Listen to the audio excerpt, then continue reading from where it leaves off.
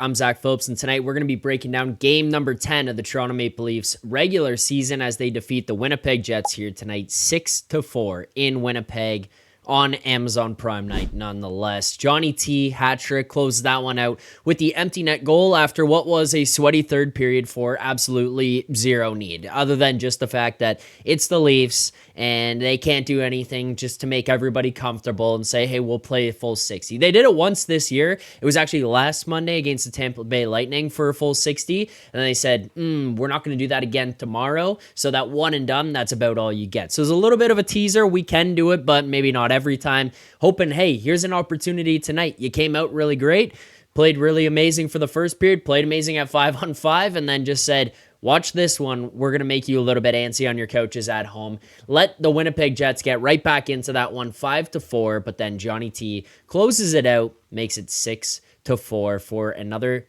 Leafs victory, snapping a 3-game losing streak, but maybe more importantly here, snapping an 8-0 start for the Winnipeg Jets, preventing them from getting to 9-0 on the season. 8-1 for Winnipeg there now. So that's probably a good feeling, especially you know how important this one is for Winnipeg and how much they would have held it over the Leafs if you dip below 500. You go, instead of 5-4-1, you go to 4-5-1 or 4-4-2 or something like that. Winnipeg's sitting there at 9-0. You know how much they would have been parading around the city, telling us how amazing they were, and the Leafs take this one and yank it out from under them, take away that victory from the Winnipeg Jets here tonight. So, I mean, all in all, it was a pretty good game for this Leafs team.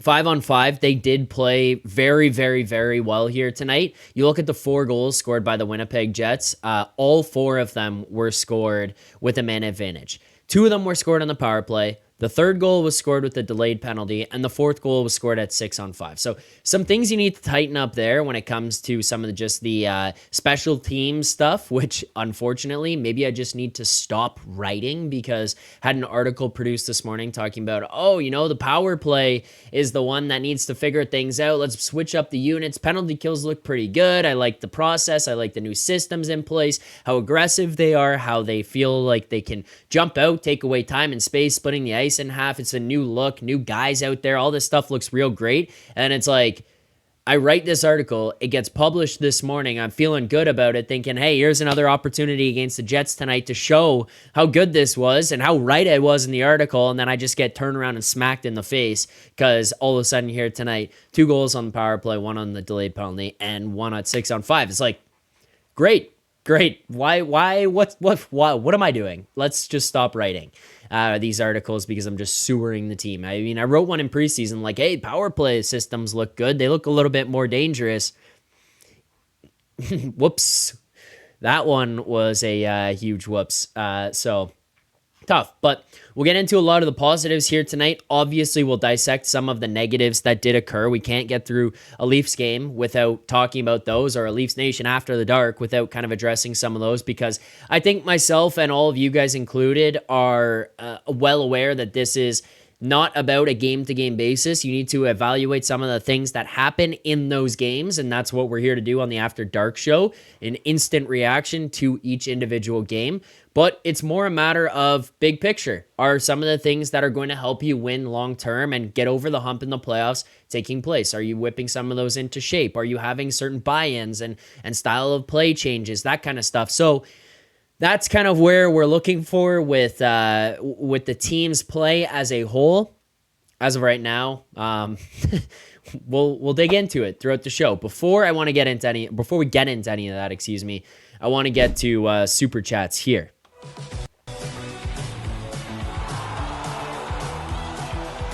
First super chat, Urban Droid. Welcome back, Urban Droid. Guy's a legend in the chat. We see him in here all the time. I feel like it's been a little while since we've seen the droid pop by, but Urban Droid hops in with a huge super chat here. Greatly appreciated as always. And he says, our boys love Amazon Mondays. Tavares and Pacioretty showed off their strengths. Nyes had a huge goal to highlight our domination down low. Defensive yips led to 3 goals against. We could learn from the Jets on the power play. So a few different things to break down there. First of all, Tavares and Pacioretty showed off their strengths. Yes. I did the pregame show. For those of you who end up watching these each day, I break down the game, the lines, what we're going to be looking for from the team, some kind of changes from last game, lines, how they worked together, if they didn't work together, maybe some things that we'd be looking for them to do differently, defensive pairings, power plays, tee up the goalie matchup, and then give out a best bet, obviously. This one here tonight, for tonight, excuse me, I had to do early because I had to go and get into the office quickly. I was trying to get that done, trying to get it recorded. I'm sitting waiting. Lineups aren't coming out, unfortunately, because it's a 7:30 start instead of 7, so it bumps everything back a little bit. But I'm recording the preview, talking about lines, talking about the BMW line, Bobby, Max, and Willie, and how I think that they're a good line. They'll keep things going here. There's some highs and lows, but they'll be okay. The third line was the line that we kept looking at, saying, hey, they're the ones that need to fix these things, and they need to get going. We looked at Robertson and how his game wasn't quite there. Holmberg, how it wasn't quite there. And Pacioretty came back, and all of a sudden he looked good. And I talked about the fact that on Saturday night's show, so all kudos to Nick Stradamus, who said, hey, first of all, Jets, they're going to go down on Monday night. The Leafs are going to be the team to snap it. And the other one was, I don't think they're using Pacioretty right. I think he should be in a top 6 role. Those were the words that, paraphrased, that Nick had said on Saturday night's After Dark show. Well, lo and behold, I'm doing the game preview. I'm talking about how these are the same lines, blah, blah, blah. Right at the end of the game preview, I'm talking about it. I'm about to wrap up. Bang, we get a lineup change notification. Here are the lines for tonight. Not only lines, but power play units are changing. Pacioretty into the first unit. Pacioretty and Johnny T up together on that unit. On that second line, with Nylander, which I will be real honest, I still am not the biggest fan of JT and Nylander together. I know that they worked here tonight when they were out. Jonas Siegel tweets after the game, the results of the Max Pacioretty, John Tavares, and William Nylander line in Winnipeg tonight. When they were on the ice, the shot attempts were 16-7 in their favor. The shots on goal, so the actual shots on goal, were 10-2 in their favor. The expected goals percentage when they were on the ice was 87%. And the actual goals scored was 4-0 for them. There was obviously the one scored on the delayed penalty where Nylander gets it chasing Morrissey across the line. That's the one that scored. But even in that moment, I believe it was Nyes on the ice and not Pacioretty. I think it was Nylander, Nyes, and JT together. I think that was the group that was out there. So technically that doesn't count against their line. They were midst of a change.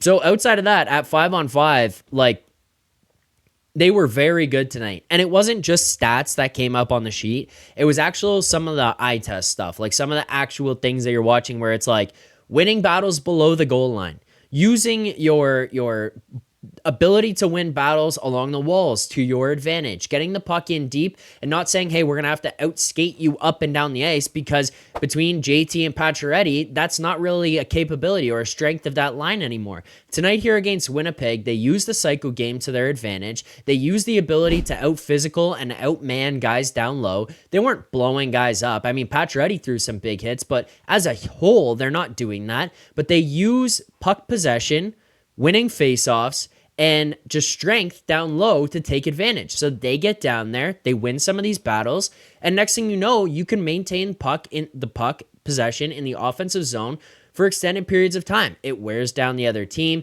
It gives you opportunities for them to ice it, have to stay out there, send out your next group, whether it's the first line or the third line, however you want to deploy them. But you can start to use that and wear teams down. And the second line was really, really good at that here tonight. They pressured a lot. They were really good with puck possession. Yeah, there's some dumb stuff that happens, but it happened with every line. Hockey is almost impossible to be perfect at, essentially, on any given night. So, yeah, there's going to be mistakes, but other than that, I thought that line played really, really well together. Kudos to them, because you know what? As a whole, I think in this one game sample size, I was wrong, right? I said I didn't think that they were going to be the greatest line. I thought Pacioretty would help Nylander, and kudos to Pacioretty. Guy had himself a night. JT ends up with 3 goals here, but I don't know that long-term it will work. Here, they shut me up.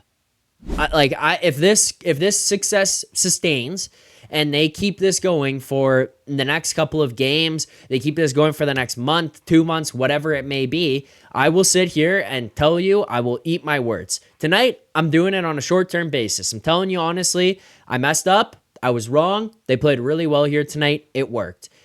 In the future, I don't know. I'm not going to sit here and tell you guys. That's part of the reason why I'm throwing this disclaimer on it. Oh, yep, this is the line. They're going to get it done. They're going to be amazing. Who knows? 2 games from now, might not be together. But here tonight, really, really well. For more content just like this, including game previews, post-game live shows, Leafs Morning Take, Monday through Friday with Nick Alberga and Jay Rosehill with special guests, as well as instant reaction videos. Make sure to be subscribed here to the Leafs Nation YouTube channel. Turn on notifications so you don't miss anything, and drop a like.